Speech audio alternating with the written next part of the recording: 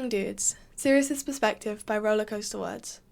Chapter 41, 3rd Year, Home Again.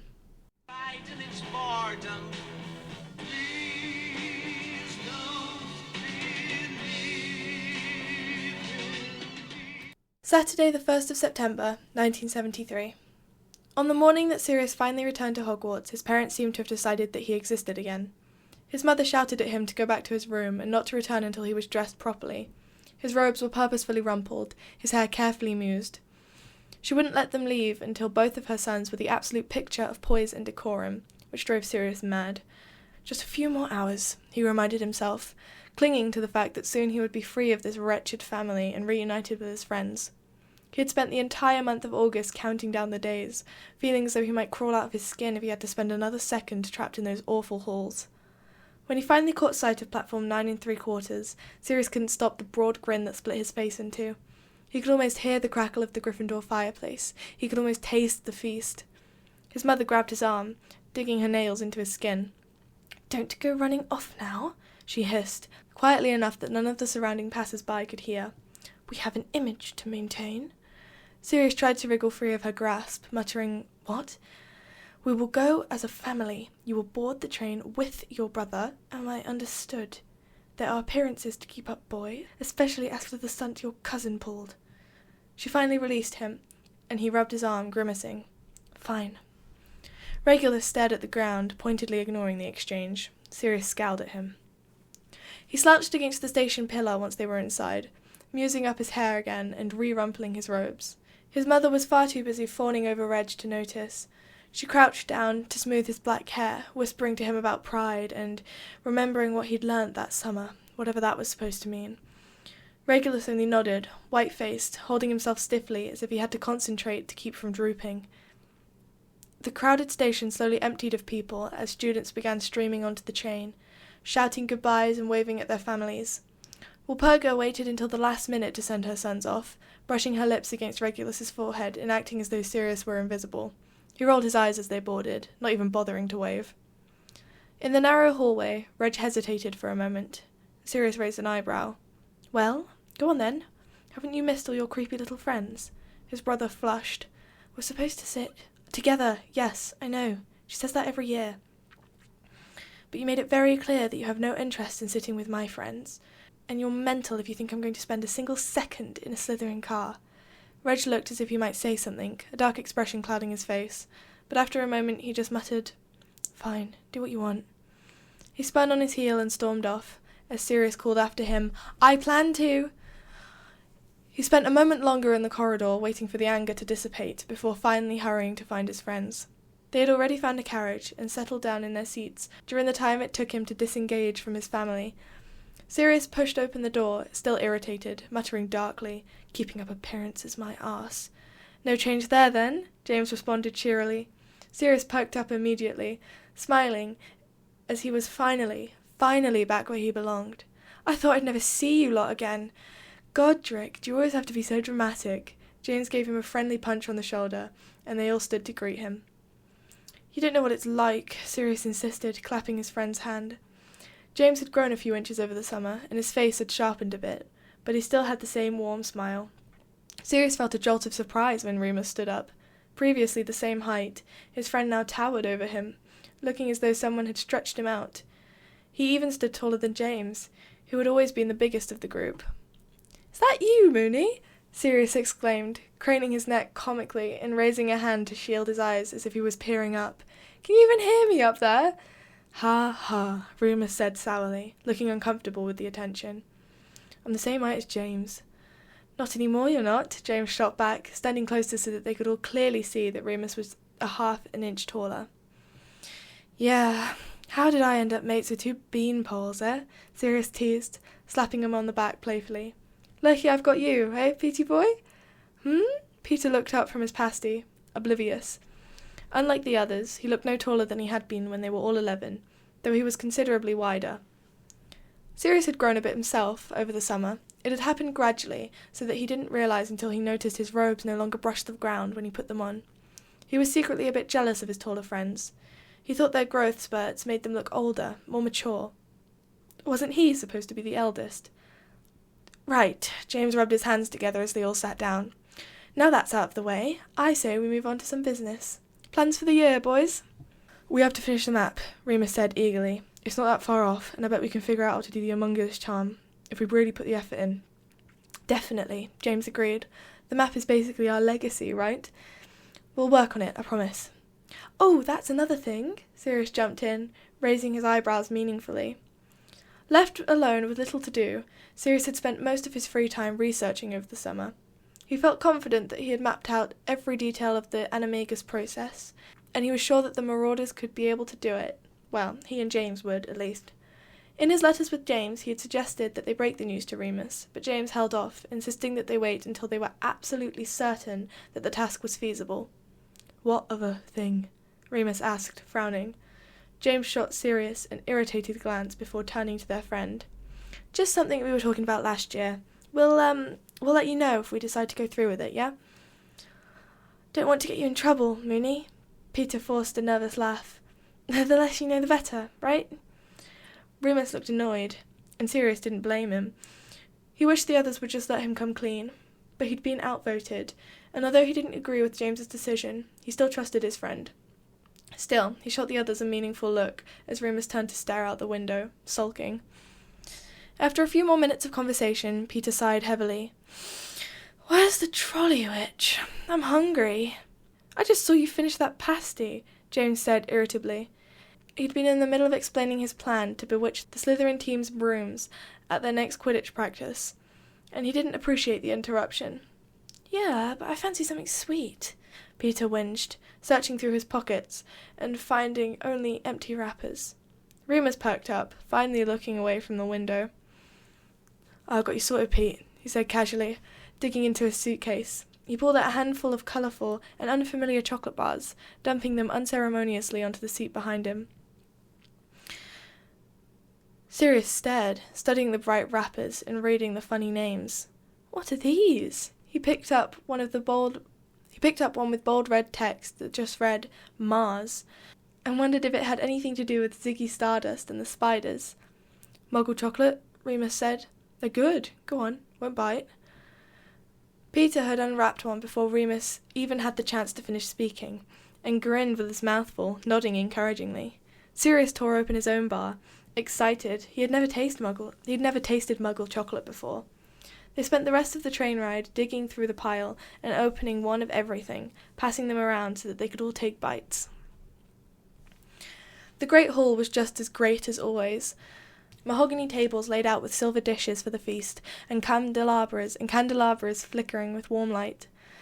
They had just settled into their seats when Lily Evans came marching over. She plopped down next to Remus, who looked a bit surprised to see her, and said, You're taking runes, aren't you, Remus? She'd gotten a haircut over the summer, and she tilted her head to the side to nudge the soft fringe out of her eyes. Yep. He towered over her, even sitting down. Moony's abandoning us, Sirius wailed dramatically, falling onto James's shoulder with an exaggerated motion, and pretending to sob uncontrollably. There, James played along, patting his back solemnly. I hope you're happy, Remus. All very well, you moving on to bigger and better things, but think about the little people you're leaving behind. Remus flushed, the way he often did when he was the centre of attention. I'm not leaving anyone behind, he muttered. Just didn't fancy divination. Ignore them, Lily said primly. She was always acting like she was above it all, but this only encouraged Sirius and James, and they mock-wept hysterically as if Remus was breaking both of their hearts. Lily tutted, obviously irritated, and turned back to the tall boy. You lot don't have to be attached at the hip all the time. Anyway, I'm doing runes too. Have you done the pre-reading? Sirius felt like rolling his eyes. It was Remus. Of course he'd done the pre-reading. Sure enough, he nodded. Yeah, looks really interesting. Sirius felt a twinge of annoyance that their friend was actually ignoring them in favour of talking to Lily Evans. He knew Remus was mental, but there was absolutely no way that the pre-reading for ancient runes was actually fascinating. He glanced between the two of them, slyly. Aha! Sirius interrupted the conversation. Now I see. Remus finally swung around to look at him, nervous. What? I don't think this has anything to do with the future of your academic career, Sirius declared. I think our dear Remus has been lured away from everyone's favourite DOS subject by the fairest sex. Shut up, Remus said, blushing so hard that the freckles dotting his skin looked like they were strawberry seeds. He was purposefully avoiding Lily's gaze, and Sirius felt a twinge of anxiety. Remus didn't actually fancy her, did he? Sirius wasn't sure what he'd do if both his best mates had a crush on Lily Bloody Evans. The woman of the hour shot him a dirty look. Yeah, shut up, Black, she sighed. Honestly, you lot can't even be nice to each other, just because no girls would come near you with a 5-foot barge pole. I'll have you know that I was recently engaged to be married, Sirius replied swiftly, swishing his dark hair. James could hardly breathe from laughing so hard, snorting as he tried to catch his breath. What else are you taking, Remus? Lily ploughed on, determined to ignore the other marauders. Care magical creatures, Remus said with a resigned sigh. James and Sirius had been teasing him about it ever since they turned in their timetables. Oh! Marlene turned around suddenly. Me and Mary are taking that. Aha! Sirius crowed triumphantly, and James fell to pieces next to him. Their teasing was cut short as the sorting ceremony began, and Sirius kept his eyes firmly on the table, fiddling with the silverware, as the nervous first years were called one by one to the rickety little stool. He didn't watch. The old hat still made him uncomfortable. He had nightmares sometimes about the way it felt on his head, heavy, warm, like a throat open to swallow. Nobody else seemed to mind that much, but the dusty old thing gave Sirius the creeps. He was relieved when it ended, ready to dig into the delicious feast the moment it appeared. Remus had doubled portions of everything. Sirius and James laughed at the shocked look on Lily's face as she watched him eat. When it was over, the hall was buzzing with happy chatter, tables full of smiling students. And Dumbledore got up to give his speech. He gave one every year.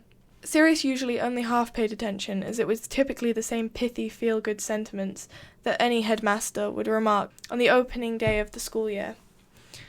But this year was different. Dumbledore looked grave as he spoke about unity in the face of hardship, acceptance in the face of difference, courage in the face of doubt.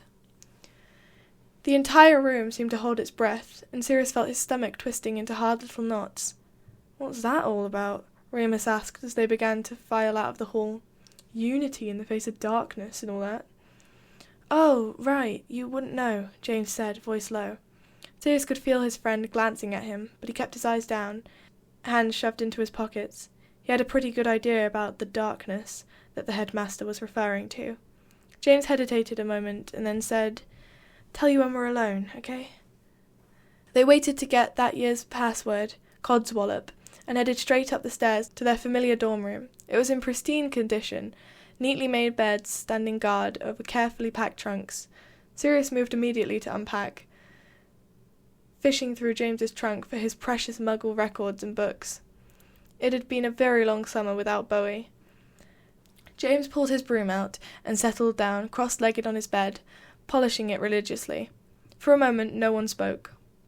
So? Remus prompted. The weird speech? Oh, yeah, James swallowed, glancing at Sirius again. He ignored it, let James explain what was going on to their friend, if he had to. Sirius didn't want to think about it. It's all politics, really, James said carefully. This didn't seem to satisfy Remus. He repeated, politics, and waited expectantly for the other boy to explain. Well, you know there are, dark wizards. Yeah. There's been a surge in dark magic lately, that's all. My dad told me. There's some more stuff going on at the ministry. Department heads pushing for stricter reforms against Muggle-born wizards, and people who are different. Dad says it's nothing to be worried about, but the usual old prejudices. But I suppose Dumbledore thinks we need to be on our guard. The usual old prejudices. Sirius thought of his family gatherings, work meetings, dinner parties. He thought of the cold disgust in his parents' voices when they spoke about Muggles and Muggle-born wizards. He thought of his relatives ranting about the ministry's politics and the need for reforms after bottles of wine were passed around. He thought about politics. Always politics. There's been a surge in dark magic lately. Mother and Father called a meeting. He heard the words leave his mouth as if he was speaking from underwater. He could feel his friend's eyes on him.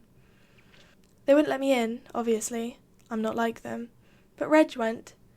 They're ruining him, and I don't know how to stop it. They keep talking about this Dark Lord.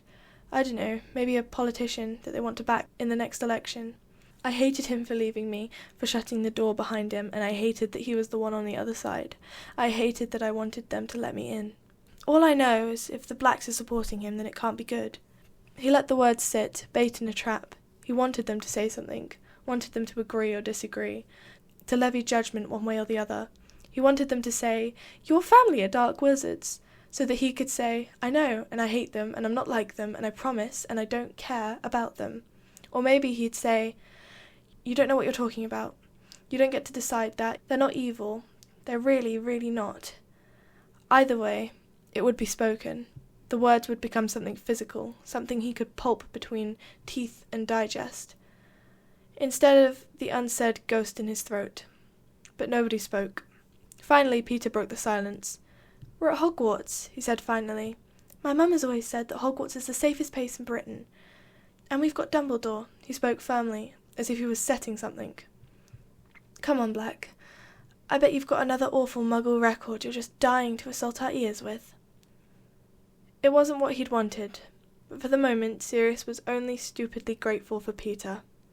He even managed to grin. "Actually," he turned back to the record player, dusting it off, "I have." Chapter 42. 3rd Year, 345. Friday, the 7th of September, 1973. Sorry if you can hear my sister downstairs playing with my dog. It's a very obnoxious squeaky toy. Okay, anyway. Sirius Black didn't do homework, not like the other students did, frantic and scrambling, spending hours to finish essays and assignments that he'd breezed through without even breaking a sweat. School had always been easy for him, and he took pride in deliberately slacking off, yet still being able to get top marks. Of course, he didn't want anyone thinking he cared about schoolwork. He wasn't a swot, but he also felt a quiet, desperate need to prove himself. And besides, it was up to him to keep James's ego in check once exams rolled around. So although Sirius would never admit it, he felt a bit overwhelmed by the extra coursework that came with taking 3 additional classes. He'd figured there'd be more to do, but since he'd had such an easy time in the first 2 years, Sirius thought throwing a few more classes in wouldn't be a problem. What he'd failed to factor in was that, as he grew older, his core courses would begin to increase in difficulty as well. In Transfiguration, they were starting on bodily transformations. Small stuff, but it was still more dangerous and more complicated magic than transfigurating objects or even small animals. Defense against the dark arts was getting to upper-level jinxes, while in Charms, Professor Flitwick informed them that they'd be starting to look at combination spells. Luckily, Sirius and the Marauders already had plenty of experience with combining incantations, but Flitwick was starting with the underlying theory, which was a headache to read. Astronomy, herbology, and potions were all as boring as ever, but with even more reading, and all the professors insisting that attention to detail would be of the utmost importance in their classes that year. History of magic had also stayed mostly the same, although Professor Binns was beginning to assign more reading than the previous years. Sirius was usually incredibly fast when it came to finishing his class texts, once he actually sat down to do them, but even he struggled a bit when it all added up to over 100 pages in a single weekend. Divination was a DOS, as they'd all expected. The hardest part of the class was getting up to the classroom, which was in a high, secluded tower that required them all to climb up a ladder and then through a trapdoor.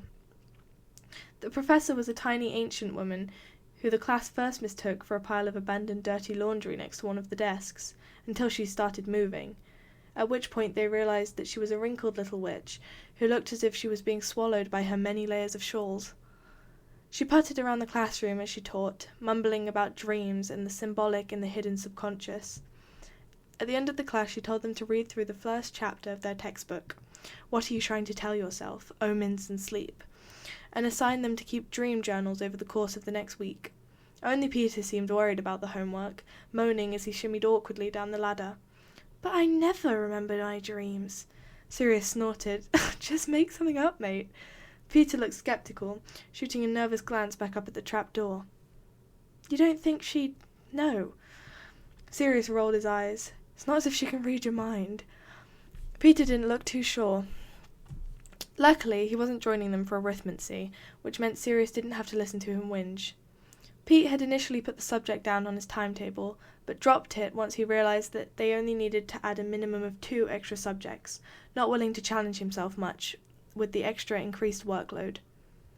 Sirius didn't think that backing down from a challenge was a very Gryffindor thing to do, but then it only confirmed what he already knew.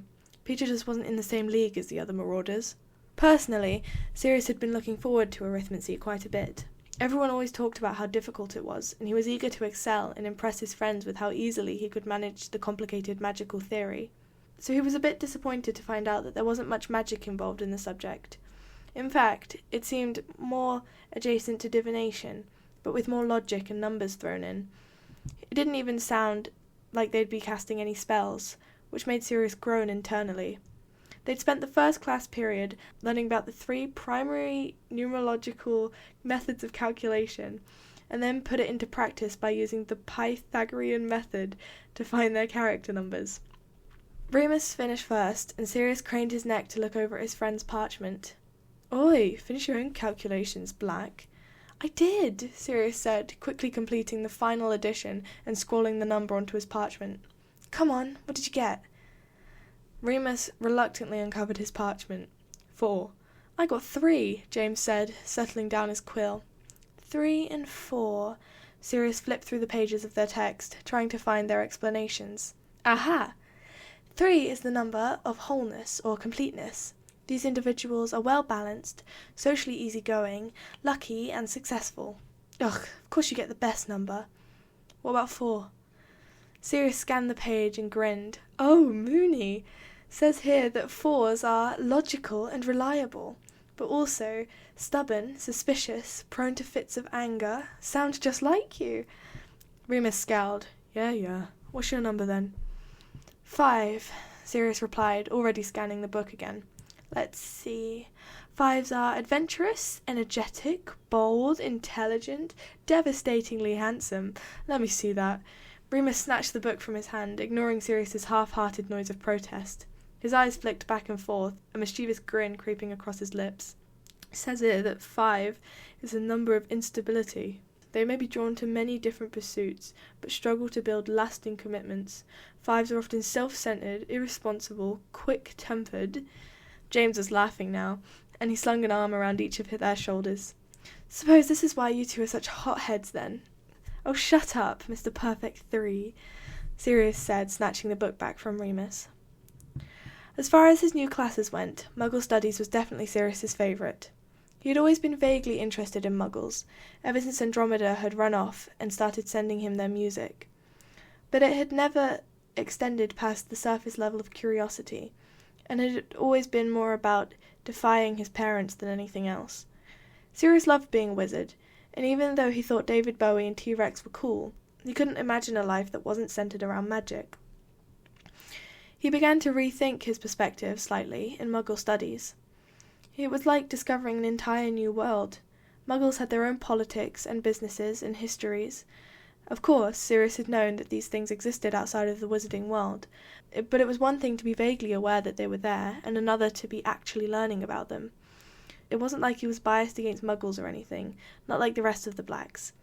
He just thought that Muggle lives were probably really boring without magic. Sirius wondered, privately, if perhaps this is why Remus seemed so different sometimes. He knew that the boy had grown up around Muggles, and had spent every summer in the Muggle world, but Sirius had never really given it too much thought. Moony was so full of magic that the 2 were inseparable in Sirius's mind, as if one couldn't exist without the other. When he tried to picture Remus without his wand, surrounded by ordinary people, with nothing to do but watch television, or play one of those funny sports where they stayed on the ground, he suffered a total lack of imagination. It wasn't right. Moony had magic dripping from his fingers, scarred into his skin. Still, it made him see Remus in a new light. It was strange to think of his quiet friend straddling 2 worlds, living a second life that was completely incomprehensible. It was really no wonder that Lupin was such a mystery. Sirius hoped that Muggle studies might help him puzzle out some of the oddities about the boy. It was a second priority after learning how exactly Muggle rock concerts worked and how to go about getting into one.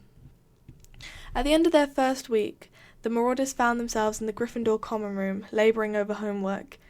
Sirius was taking a break to covertly study Remus, trying to see if he could glean a new insight now that he'd learnt what football was. That was a stupid name. It was like calling quidditch broomball. Also, there was an eyelash on Lupin's cheek, and it was bothering him. He wanted to get up and brush it off. "It's not fair," Peter's whiny voice interrupted Sirius's thoughts. "The year was supposed to be fun, with Hogsmeade and everything." "We can still go to Hogsmeade, Peter," James murmured, only half listening from where he was trying to complete his star chart of astronomy. "I'm with Pete," Sirius groaned, turning away from Remus to screw up his dream diary. "Let's slack off this and go to the Quidditch pitch while it's still light." That got James's attention. His head shot up. "Yeah, go on then." They all stood, except Remus, who waved his hand absently. "No, thanks." He was hunched over his Transfiguration essay, which already extended the minimum parchment length McGonagall had set. "Don't suppose you fancy looking over my Muggle Studies essay, do you, Moony?" Sirius asked, leaning forward so that his shadow fell over the essay. Remus raised his eyebrows in a long-suffering look of resignation. "If I have time." "James, Pete, want me to look at yours?" "Thanks, Remus," Peter chirped, immediately grinning. "Nah," James said, trying to sound casual. "I thought I might ask Evans for a bit of help with it later." Sirius rolled his eyes. While he had joined the Muggle studies for noble reasons, music, Moony, making his parents angry, James had an ulterior motive, trying to woo a certain snobby ginger. He'd gone from denying his crush to making it a key tenet to his personality, and it was almost starting to get old, teasing him about it. Sirius didn't understand what he saw in Lily. He thought she was a goody two-shoes who was far too full of herself to be any fun, and it was bad enough that Remus was friends with her, but now he had to witness James making a fool of himself every time the girl was within 20 feet of him. "Losing battle, mate," he shook his head. "Didn't know why you're so hung up on her." James just shrugged, not looking at all discouraged. They left Remus behind with his beloved Transfiguration essay, tramping out to the Quidditch pitch. There were a few other students flying about, but it wasn't too crowded. It was too early for the house teams to have started regular practices. Sirius was relieved to see that there weren't any Slytherins hanging out. He and Reg hadn't said a single word to each other since they boarded the Hogwarts Express.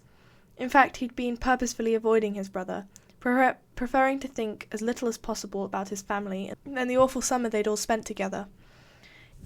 It was perfect flying weather, a clear, bright day, with only a lazy breeze curling fingers through their hair. They spent a wonderful hour soaring through the sky, racing up and down the pitch and twisting in dizzy looping spirals. By the time they landed their brooms to head inside for dinner, the sun had just begun to set. Orange light played across the treetops of the Forbidden Forest. Behind them the clouds blushed. That night, Sirius waited until he was sure the others were asleep before sneaking out of bed. He opened his trunk carefully, withdrawing a rather large, surprisingly heavy sheaf of paper before tiptoeing over to James's bed. "Lo," James yawned, clearly half asleep, but not looking surprised to see him. Sirius cast a silencing spell as he climbed in. "Hey." "What's that?" He'd set the stack of paper in the middle of James's bed, and the other boy was pulling on his glasses, squinting down at it. "Research, from over the summer." "Research?" Sirius watched as understanding dawned over James's face, wiping the sleep from his eyes. "Oh, bloody hell, mate. I knew you'd found some stuff in your parents' library, but I didn't realise... I mean, you've basically written a book." "You said we needed to be sure that we could do it." Sirius tapped his finger on the top page of parchment. "This is proof. We can do it. I looked up everything. Ingredients, rituals, incantations, even charted the full moons for the rest of our time at Hogwarts." "Wow," James murmured, dumbfounded.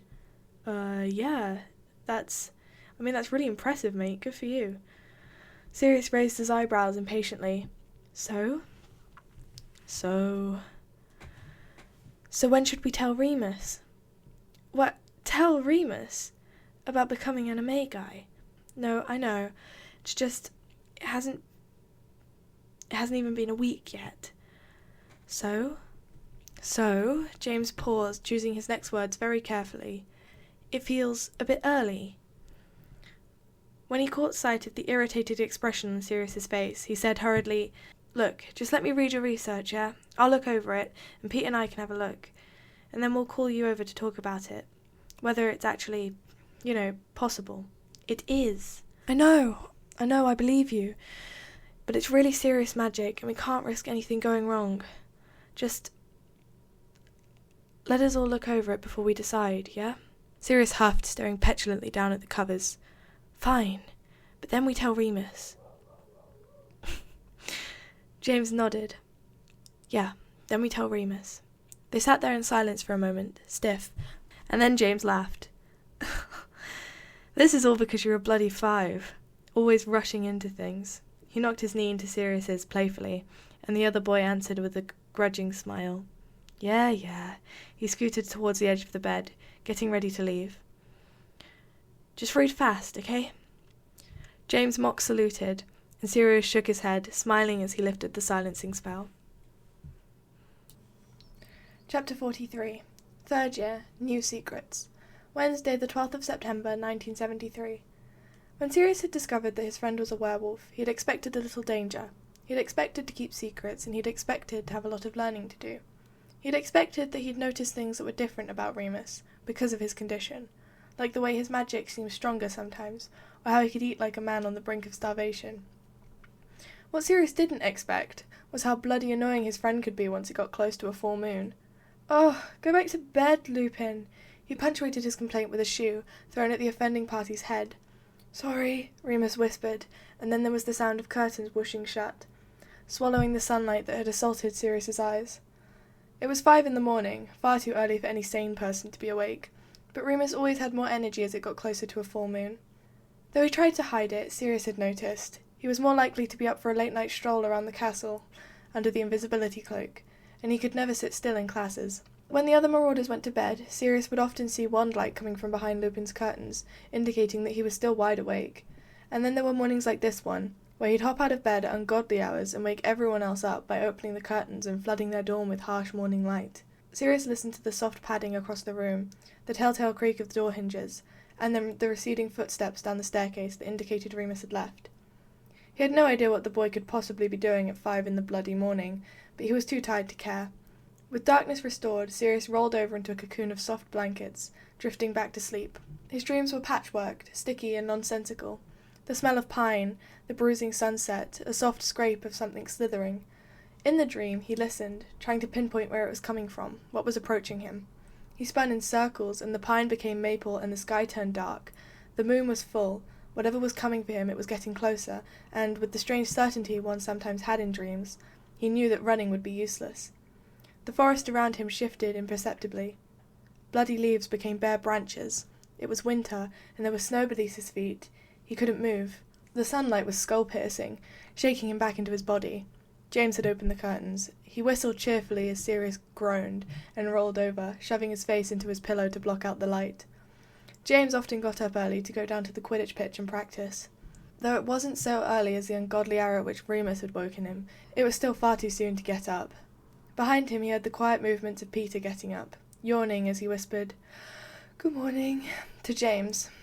"Morning," the other boy responded brightly, making no effort to lower his voice, and Sirius groaned again in protest. James snorted. There was the sound of footsteps. The door opened and shut, signalling James's exit from the room. Sirius breathed deeply and tried to sink back into sleep, half aware of Peter's muffled movements. He, at least, made an effort to stay quiet as he gathered his things and went to the bathroom shower. The muted hiss of water through the door was actually quite soothing, and Sirius began to drift off again. He was still half awake when the door to their room opened. He recognized Remus's footsteps. Through the thickening fog of sleep, he heard the creak of the bathroom door, more quiet footsteps, shuffling, it all blended together, fuzzy background noise. His duvet was a warm cocoon, and he was so tired. Then there was a heavy, decisive thud, jolting Sirius back to his consciousness. He twisted in the sheets, cracking bleary eyes open to locate the source of the noise. He was just in time to catch a glimpse of Peter, snatching his book bag up off the floor and dashing out of the room. On the bed On the next bed over, Remus was collapsed into a fit of laughter, clutching his sides and wheezing at the way their friend had fled. Sirius propped himself up, watching the hysterics as he blinked sleep from his eyes. Once Remus had calmed down enough, Sirius caught his eye. "You did that on purpose, didn't you?" Remus shrugged and nodded, grinning impishly and not looking at all guilty for the prank. Sirius threw a pillow at him. "Knob. What? Pete looked like such a prat tiptoeing around you. Couldn't help myself." "Not very gallant of you, picking on the weak, Moony," Sirius admonished through a yawn, stretching. "He's fine," Remus said dismissively, waving a hand. "I'll take him his tie. Anyway, someone had to get you up. Come on, it's breakfast." Sirius yawned again, limbs still heavy with sleep. There might be some time to lie back down just for a few more minutes. "Bring me something up." "No." "James would." "James isn't here." "Peter would." Remus snorted. "As we've established," he said, hoisting his book bag onto his shoulder, "Peter's a coward." Sirius groaned loudly, hoping to impress upon his friend how deeply he suffered from exhaustion, but Remus was unmoved. "Fine, I'll get up. Wait for me. I'm hungry. I won't take long. Just treat it as a penance for waking me up." Remus looked affronted. "You threw a shoe at me this morning." "Did I hit you?" "No." "Well then." Sirius pushed himself up, stretching and grabbing his uniform. "Serves you right, anyway, getting up at stupid o'clock." "Couldn't sleep," Remus replied. "Think it's the moon." Sirius paused outside the bathroom door, struck with guilt. He knew his friend acted a bit different the closer it got to the full moon, but he'd never considered that he might prevent him from sleeping. Sirius thought of the nights he'd lain awake, racked with nerves. He thought of the research he'd done over the summer, the interview with the werewolf who had described the pain of the transformation as tantamount to the Cruciatus curse. "Sorry, Lupin," he said, searching for the words to comfort his friend. Do you worry about it?" Remus looked surprised and a bit embarrassed, as if he regretted ever saying anything. No, it's not like that," he answered hurriedly. "I just get restless. Hungry too, so hurry up." He forced a laugh, clearly wanting to move on from the subject. Sirius didn't want to push him, so he just rolled his eyes and smirked before heading into the bathroom. "You ought to be grateful, Moony," he called from behind the door, turning on the shower. Not many Gryffindors would be able to lie in when they knew they were sharing a room with a restless werewolf. "Wanker," Remus called back. Even though Remus had clearly been trying to make light of the situation, his words struck Sirius. Lupin never wanted to talk about the transformations, insisting that he was fine even when Madame Pomfrey kept him in for days in the hospital wing. But Sirius knew the moons were painful. There was his research, and the scars, and the tidbits they'd overheard sometimes when they went to visit him in the hospital wing. Broken bones, fractured ribs, dislocated joints. Yet it was easy to forget how deeply the condition impacted him. He never talked about it. If they tried to, Remus brushed them off. He didn't complain, and he'd always been so tough. If Sirius was being completely honest with himself, he had a difficult time ever imagining that anything could hurt Remus Lupin. As he watched his friend scoop second and third helpings of breakfast onto his plate, Sirius wondered how much Remus was hiding from them. He wasn't always very good about considering other people's feelings, not like James, whose ability to detect when one of his friends was even the slightest bit upset was like a sixth sense. But he tried to imagine how he would feel if he were anticipating an imminent transformation into something not quite human. Sirius thought that he would probably be scared, anxious at least, or nervous. He knew what it was like to anticipate pain, the raised wand, the sharp sting, the runny heat of blood, to know exactly what the body was bracing for, to understand that there was no way to avoid it or diminish it. Even after years of the same battering brutality, it hurt all the same. Tension came like a reflex, the bunching of muscles like a coiled spring. Sirius tried to imagine that fear multiplied, the anxiety curled. After all, what was a few little cuts in comparison to your entire body breaking and transforming itself, piece by piece? Remus might not want them to think he was worried, but Sirius thought that if it were him, he would be. And because it was Remus, he'd have no doubt have other concerns too, figuring out how much school he'd be missing, how long he'd be in the hospital wing. He'd already asked James to get the notes from all of their classes, deeming him the most trustworthy, which was probably fair. But James wasn't in magical creatures, or ancient runes. Sirius resolved to collect the homework from Remus's extra classes, even though he hadn't asked, Remus hardly ever asked for help, and Sirius wasn't sure if that was because he didn't want to inconvenience his friends, or because he was just stubborn. Probably a mix of both. Regardless, he was sure Lupin would appreciate it. Sirius thought that if he had an excuse to bunk off classes and turn in assignments late, he would take full advantage, but Remus had always been a bit odd. Sirius felt a bit better after coming to the decision, settled in the fact that there was at least something he could do. But he was still preoccupied throughout the day, struggling to concentrate in his classes as he considered once more the problem of the full moons. The most infuriating part of it all was that Sirius was sure that there was more he could be doing to help, if only he were an Animagus. As soon as Remus left for the hospital wing that night, Sirius cornered James in their dorm. "Have you read it?" James blinked, looking up from where he'd been polishing his broom. "Read what?" "The research. Have you read it?" You mean the Animagus stuff?" Sirius nodded impatiently, rocking back and forth on his heels. "Mate, you've written a bloody book. I mean, I've started it, but I'm barely keeping up with classes as it is. What with quidditch practice and everything." James ran a hand through his messy hair. "You can't expect me to finish it in a week." Sirius groaned, throwing himself dramatically onto the mattress. James shifted over, moving his broom handle out of the way. "Hurry up," he whined, dragging the word out petulantly. James laughed. "We can't all be geniuses like you, oh mighty Mr. Black."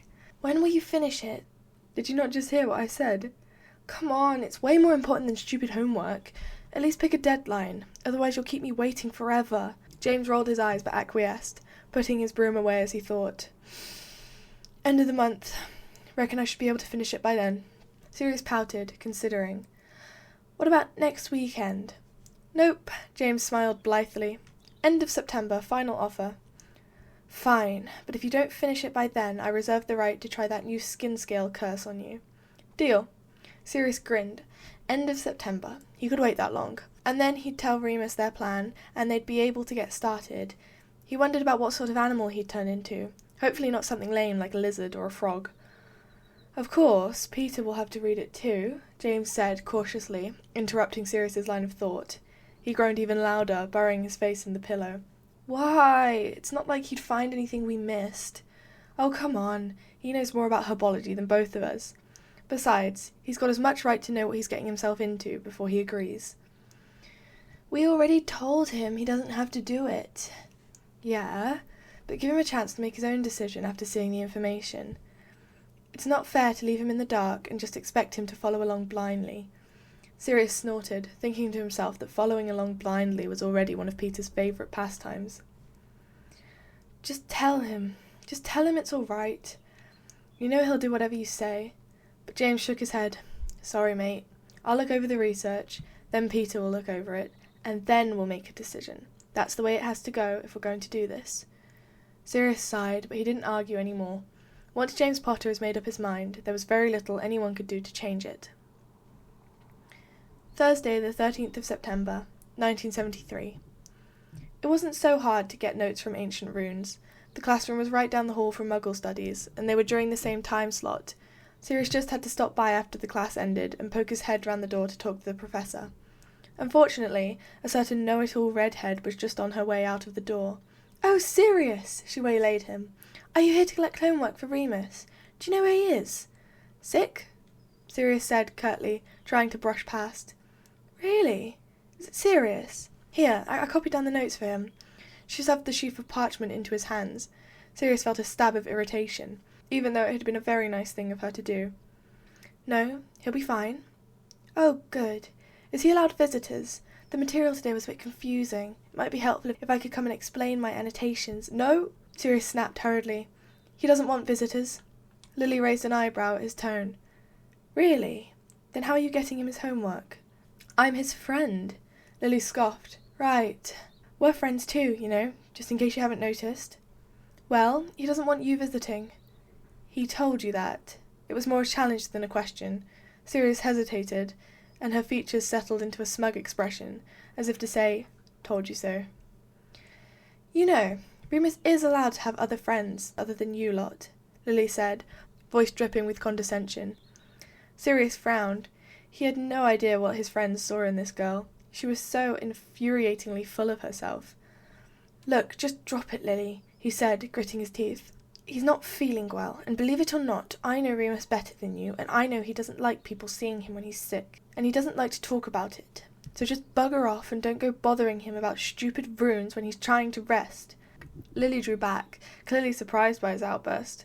Sirius took the opportunity to finally brush past her, muttering darkly, "Thank you for the notes." "What have I told you, boys?" Madame Pomfrey exclaimed, spotting them at the door. It was just after dinner. They'd come directly to the hospital wing after finishing their food. "You can't see visitors on the first day." The motherly nurse glared down at them with a severe expression, her small mouth pulled down at the corners. "It's been almost a day," Peter pointed out. "We brought him chocolate." He held up the chocolate frogs in supplimation, an offering. "Well, that's very nice of you, dear," Madame Pomfrey said, voice softening. "But Mr. Lupin is asleep." "I'd love some chocolate." Remus's voice came from behind the drawn curtain, a bit scratchy. Sirius took the opportunity to whip the curtain back, grinning triumphantly. "Hiya, Moony," he chorused in tandem with James, plopping down at the end of the bed. "Here you go," Peter said, dropping the chocolate frogs onto their friend's lap. "Cheers." "Well, if you're up anyway," Madame Pomfrey shook her head, resigned. "I'll go fetch you some proper food. 1/2 an hour, boys, that's all." "Here's your homework, you big weirdo." James pulled the parchment from his bag, handing it over. Remus smiled like a kid on Christmas. "Thanks, James. You're a lifesaver." He set the paper carefully on his bedside. "And here's the rest of it." Sirius passed over the notes and the homework from the other 2 classes. "I had to wait outside your Care of Magical Creatures class for half of lunch, so you better get top marks on that." "You did?" Remus's eyes widened in shock, smiling as if Sirius had just told him he'd found the cure for dragonpox. Sirius felt a thrill of joy at his friend's amazed reaction. "I did. Got to say, too, a bit jealous of you. Looks like a really interesting subject. I wish I wasn't stuck doing divination." "But what about me?" James gasped, affronted. "I see plenty of you." Sirius rolled his eyes, shoving him playfully. "Such a fecal heart," James sighed, staring at Sirius with a comically moony expression, which made Peter start giggling. Sirius shoved him again in response, and James grabbed him, pulling him into a headlock and musing up his hair. "Oi, Moony," Peter said suddenly. "Arabella Fenchurch gave me this for you." He set down a handful of sickles. "She said you knew what it was for." Sirius shrugged off James, staring at the coins. Arabella Fenchurch? He was pretty sure that she was a 6th year. Why in the world would she owe Remus money? And how did they even know each other? What was with Lupin and all these girls? Yeah, cheers, Pete." Remus hurriedly scooped the coins up and shoved them in under his pillow, a guilty expression on his face. I had chocolate frog cards you really wanted. A Gallinica Thessaly." "Oh, I wanted that one," Peter said, pouting. Remus shrugged. "Sorry, mate. Money talks." Peter sighed, but seemed to accept this, turning to James to ask about their divination homework. As Remus settled back onto his pillows, Sirius narrowed his eyes. The Agallanite of Thessaly may be an explanation enough for their friends, but he wasn't convinced. He knew the expression on Remus's face. The boy was lying. Which meant there was another reason that Arabella Fenchurch was paying him. Something he didn't want them knowing. A secret. Sirius glanced down at the pillow where Remus had hidden the money. Whatever it was, he was going to figure it out.